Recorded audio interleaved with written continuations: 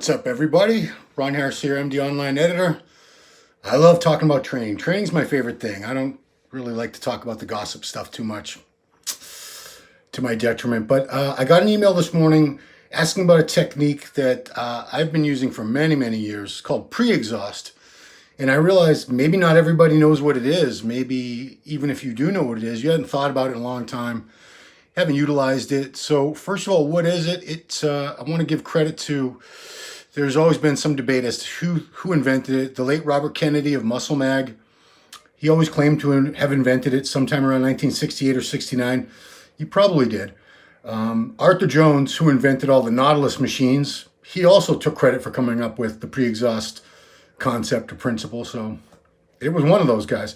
So what is it? Pre-exhaust is doing an isolation movement, a single joint movement, and then immediately following that up with a compound movement, a multi-joint movement, to further drive that muscle group, the target muscle, the initial muscle, deeper into exhaustion. I'm going to get into some specific examples, but first of all, why would you even want to do this aside from something different? Obviously, trying different things is always a good idea because you might find a technique that really works well and your body responds well to. But one major reason is injury. If you've ever been hurt, you know you can't go heavy on your compound movements. Maybe you can't do the rows heavy, the bench press is heavy, the squats or leg presses is heavy. Something with your injuries preventing you, or maybe you're just being smart and you know that it's not a good idea at that time to go heavy on your compound movement. Yet you still want to stimulate the muscle to the best of your ability. And pre-exhaust is definitely one way you can effectively do that. Another thing is, a lot of people have an inability to connect with certain muscle groups. Back and chest are two very prime examples. A lot of people have tremendous difficulty feeling their chest work, and even more so the back. The back, I'd say, by far is the one muscle group that most people have a lot of issues trying to feel those muscle fibers contracting and lengthening. It's a challenge for a lot of people. So pre-exhaust, because it pre-exhausts, you work the muscle, the chest or the lats in this case, with an isolation movement first. Then you follow it up with a compound movement that brings in things like the shoulder and the arm muscles to take it along for a ride and make it more intense and exhaust the muscle further. Then all of a sudden people find, oh wow, now I can feel my chest. Now at the second half of that superset, I definitely feel it, or my back. Yeah, now I feel my back. And of course, the final reason is intensity. Why would you want to do it? You want to increase your intensity. It's a very intense technique, as those of you who have employed it will know. So now I want to get into some specifics. I'm going to go body part by body part. You can't really use it for all body parts, but you can use it for most body parts. So let's start with chest. Chest is a body part. A lot of people have tremendous difficulty feeling it work. They have a lot of trouble getting it to grow, and it's because inevitably their front delts and their triceps take a lot of the work. So what do? You start off with an isolation movement, a flye movement. You have a couple choices here. You have really just three basic choices. You can do a dumbbell fly. Not my first choice. Only reason being is because gravity goes straight up and down, and the movement pattern of a dumbbell fly is an arc. So as you can see, right here, that's an arc. Gravity's pulling straight up and down. You're not really getting the ideal resistance pattern there. Whereas with a machine, a pec fly machine, it simulates that arc perfectly. So resistance, all the way to the middle. Same thing with a cable crossover, cable pulleys, all the way to the middle, you're getting that resistance. So I like those two as my options for the fly movement. I like fly machines, pec fly machines. Not so much a fan of the pec deck where you bend your arms only because they're really rough on the rotator cuffs. But some kind of pec fly machine or a cable crossover, that would be your isolation movement. And you follow that up with some type of pressing movement for the chest or some type of dip for the chest. So your options are many here. You could do dumbbell presses, barbell presses, machine presses, Smith machine presses. I like dips, leaning forward, or even a dip machine where you're leaning forward and getting more chest recruitment in there. So what happens is your pectoralis major and minor, your chest, you work that with the first set, doing your pec flies, take that all the way to failure, and then ideally you want to go as quickly as possible to the second movement, to the second half of your pre-exhaust superset. These are all supersets. So theoretically, let's say you have your pec fly machine, then right next to it there's a seated hammer strength or some pin loading chest pressing machine. So you just had the pecs pre-exhausted. Now you're going to press. Now you got your front delts involved, you got your triceps involved, and they're fresh. They haven't been touched. So they're still very strong and fresh. They're going to help you take your chest, your pecs, deeper into exhaustion. You're going to get a greater pump. You're going to get sore. You're going to tear up a lot of muscle fibers in there that'll have to be repaired and grow. Very, very effective. A lot of people that I've talked to over the years who have had difficulty with their chest development, feeling their chest, things like that, pre-exhaust helped them out a lot. Okay, so that covers chest. Let's move on to the other side of your torso, where a lot of people have difficulty, the back. The back, there's really only one isolation movement, one single joint movement that you can do for the back, and that's a pullover. Some of you do have pullover machines at your gyms. Most of you probably don't. I don't see a lot of the machines out there anymore. Very big, very well-equipped gyms, you'll see them in, and randomly I'll see them at places like Workout World or something sometimes. But if you have access to a pullover machine, by all means do it. It's the easiest way. The pullover machine it's like a roll cage or bar where you put your elbows in and you push back with your elbows. So you're not using your biceps at all. You're not using your rear delts at all. It's pure lat activation. Another option is the dumbbell pullover. I'm not a huge fan of that either, just because it's very hard to master. It's very hard to isolate the lats. You end up doing a lot of chest. It's not ideal. I prefer the cable station. Set up a lat pull down bar or even a short bar, and you're going like that. It's called a stiff arm pullover, and it's only working the latissimus dorsi. If you feel it in your triceps, you're doing it wrong. You need to keep your arms locked at a certain angle of bend so that the triceps don't activate. You want to start out very light just to figure it all out and get to the point where your lats are doing the work. You're contracting your lats. Dorian Yates was not a fan of the cable because he said the stacks aren't heavy enough. He was Dorian Yates. The stacks weren't heavy enough for Dorian Yates. I'm pretty sure they're heavy enough for you. I've rarely seen a stack that was too light to get like a good 10, 12 reps to failure.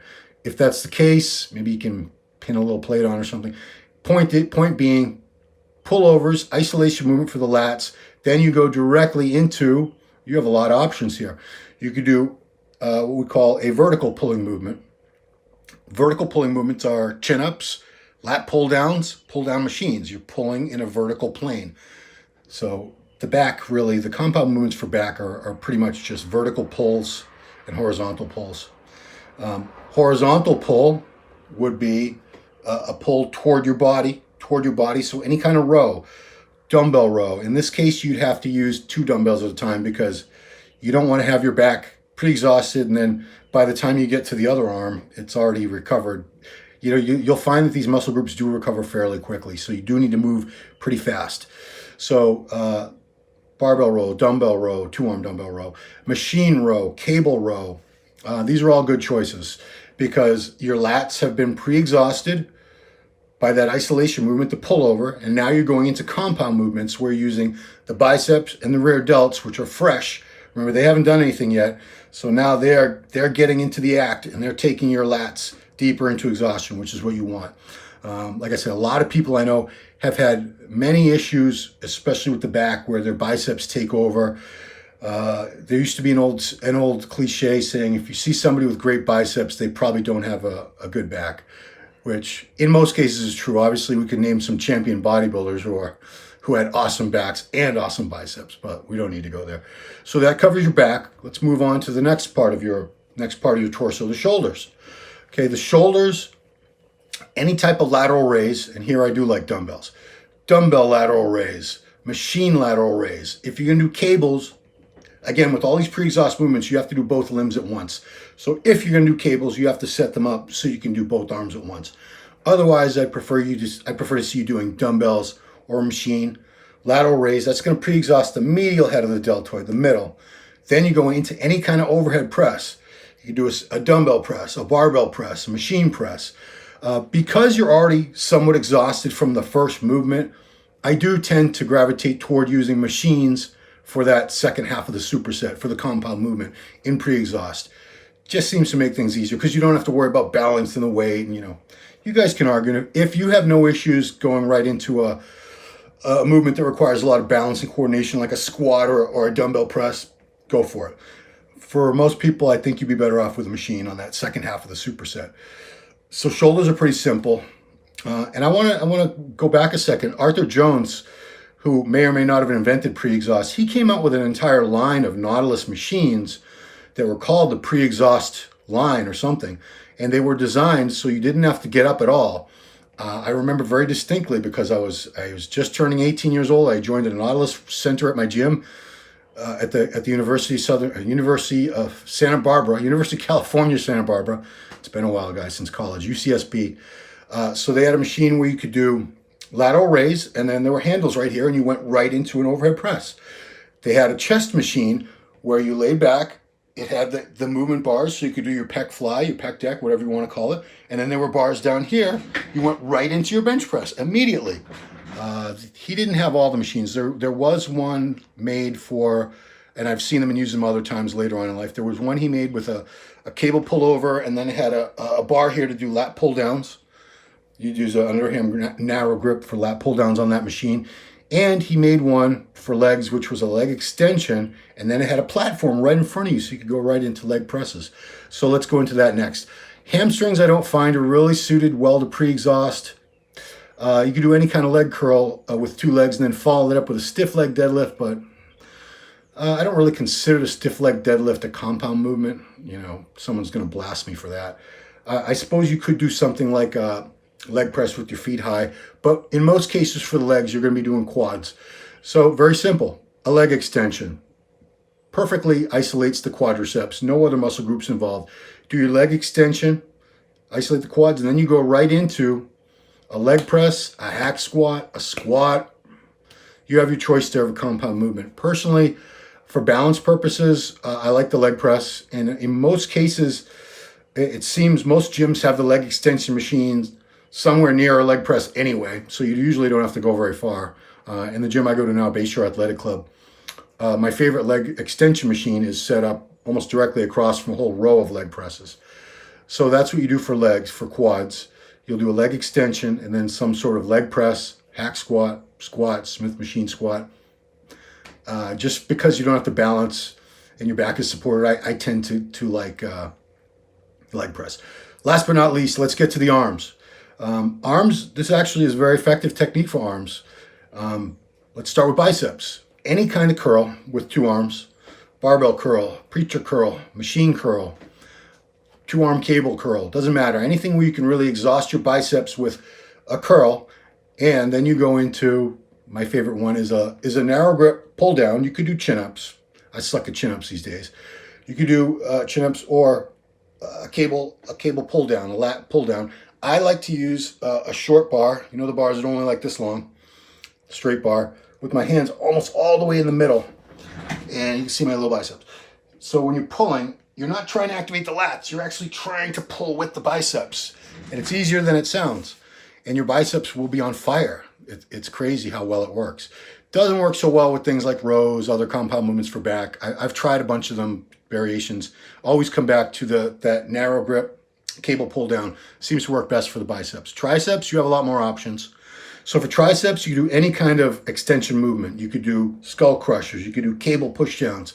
You could do a machine, tricep extension machine, anything where it's that single joint, just the elbow moving, and you're hitting the triceps, you're pre-exhausting them. Then you move into, could be a close grip bench press, could be a dip, could even get on the ground and do those diamond push-ups.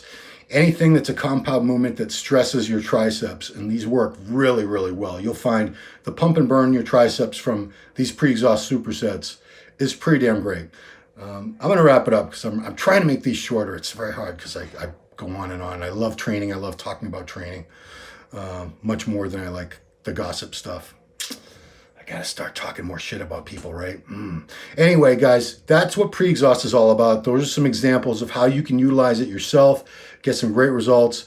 If you haven't tried it, I urge you to at least give it a try. I think you'll like it.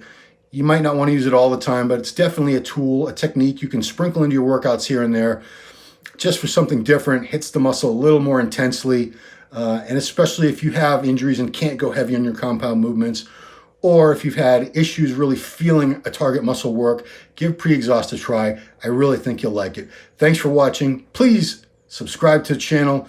Hit the bell thing there so you can know when we put out new videos. And that's it. I appreciate you guys watching very, very much. We'll see you next time.